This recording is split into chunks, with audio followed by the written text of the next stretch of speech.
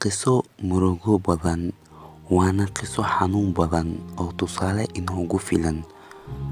Waxaa jiray wiil yar oo Caadil la yiraahdo ayaa wuxuu ku noolaa nolol aad u qaraar oo xumaan badan buu ku noolaa.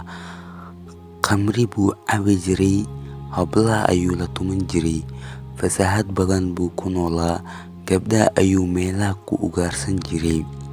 Waxa uu maalin helay gabar la yiraahdo Rabaab oo ardayad ah oo jaamacad dhigata ayuu helay.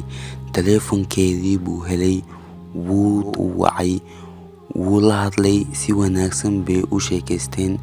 Gabdhaha inta uu sidaan oo kale la hadlo ayuu meel ku ballami jiray, ayaa xumaan lagu samayn jiray. Gabdhahan ayada way ka shiftay oo tiri maya i arki maysid, taleefanka aan weligay ku sheekaysan doonaa. Lacag badan bay taleefankii kaga dhamaysay, maalin walba waa u sheekaysay bis, laakiin inuu la ballamo way iska diiday. Markii dambe wuxuu ku yiri inaan ku guursado ayaa rabaa, xumaan ma rabo. Waxaas ayuu ku dul akhriyay. Waxa uu ku yiri guriga aan ku diyaariyey iyo alaabta aan iibiyey kaalay soo arag, haddaad beentay moodaysid. Waxa uu wadaba way soo jilicday. Gabadhii wuu u dhaartay, wuxuu ku yiri wallaahi inaan xumaan rabin. Hadalka wuxuu u egyahay naag aqli badan bis. Waxaan rabaa inaan ku guursado, gurigana soo arag.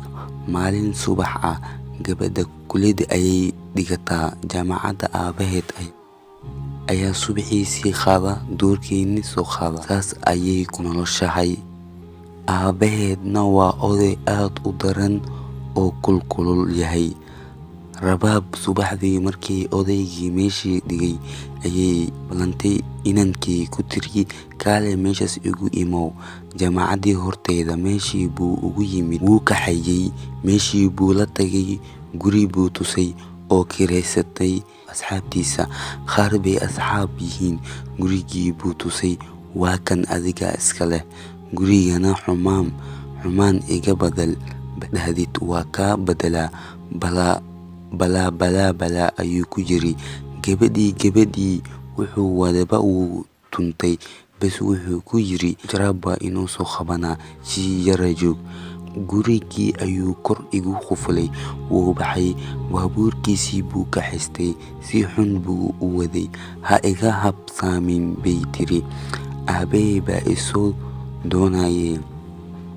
Waqtigii uu imaanayay ayaa soo dhow. Xoog ayuu u waday, qalad ayuu galay, waa la qabtay. Taraafikadii ayaa la qabtay, way kaxeeyeen. Baabuurkii baa lagu riday, waa la xiray. Furihii asaga ayaa hayo, gabadhiina meeshii ayay ku jirtaa. Mid saaxiibkiisa ah oo asagana furaha haysto, asaguna gabdhaha soo ugaarsada oo meeshaas keenay ayuu taleefoonayay. Waxa uu ku yiri war heedhe, gabar baan ku tuntay oo caynkaas ah, gurigiina baan inaan ku xiray, inagana waa lay xiray. Iyadana aabaheed ayaa u iman rabee, jaamacaddii ayay aadaysaa. Orodka fur albaabka, waa isaa soo daayay. Kiin albaabkii ayuu yara garaacay. Gabadhii waxay ku oonaysaa, alla aabahay ayaa imaanaya, alla maxaa i helay. Waqtigii waa la gaaray, saas ayaa ku oonaysaa. Albaabkii wuu ku furay. Wiilkii Xaamid ayaa la dhahaa. Markuu ka furay, muxuu arkayba waa walaashiisay gabadha oo saaxiibkiisa la tuntay. waaba walaashiis. Xaggii ayuu naxdin, iyadiina naxdin. Markaas ayuu yiri ma xumaan ayaad keentay, karaamadeydii ayaa meel uga dhacday, sharafteydii ayaa ku ciyaartay. Timihii ayuu ka jiiday, halkii mindi ku geliyey. Sidaas ayuu ku dilay walaashiis. Mahmaah ayaa ahayd, god khiyaano ha qodin, haddaa qodaysina ha dheerin, ku dhici doontada lama ogey. Yacni is ilaali, haddaan walaalkaa god u qodid ha u dheereen. waxaa laga yaabaa adigana inaad ku dhici doontid lama ogeyn. Waxa uu gabadha kale ka reebay walaashiis ayaa lagu soo riday godkii. Ugu dambeyntii iyadii ayuu dilay.